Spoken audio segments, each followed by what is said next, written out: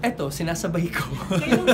Kailan ka, Bills, nag-decide na babaguhin mo?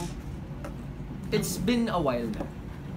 Matagal-tagal na to. I've been deciding this. I've been contemplating for the longest time. Siyempre, hindi ko rin naman iniiwanan si Colleen. So, we've been talking for a long time kung paano ko ba sisimulan itong taon na to, paano ko ba tatapusin, or we really have to look past what was before.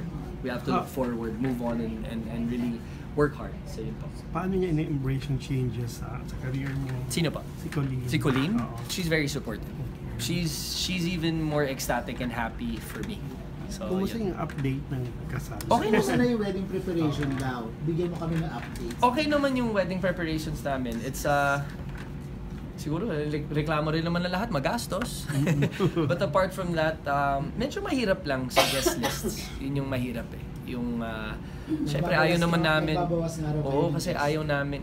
Well, there's a certain amount lang kasi kung saan kami magpapakasal. There's a certain amount and we want to keep it intimate din. Oo. Hindi yung magagayan si na abroad, hindi ba yung ibang usually nagpakasal ngayon puro abroad? Walang ang malalaman naman na lahat is this year ako ikakasal. Pero So, until now, hindi pa pwedeng announce kung kailan talaga yung date? not yet. Not yet muna. Not of the country. In the country. In the country. In this country at least. Summer Sa bayan daw, natin. summer. Sa Balisin ba? Summer? Oo, summer daw. Summer nga eh. Summer. Balisin. Hindi sa summer late eh. Summer. Kung summer, tignan natin. Tignan natin. It's January, it's turning to Feb, so malapit-lapit na ang Almost panahon. done na.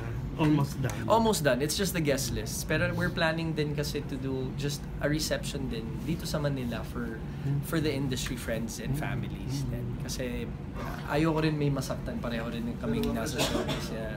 So, dalawa reception. yeah. Isa dun sa intimate nyo, tapos isa dito. At sinasabay mo pa yung pag-ano ng house, di ba? Yes. Yes. Kompleto na yung principal sponsors niyo. Sinong best man mo? Si ano ba? Si Ay, Luis? non-showbiz po. Non-showbiz po. Non-showbiz Wala po. si Luis. Nandun si Luis. Okay. Siyempre, hindi mawawala si Lulu Boy. How's the house pala? Okay naman.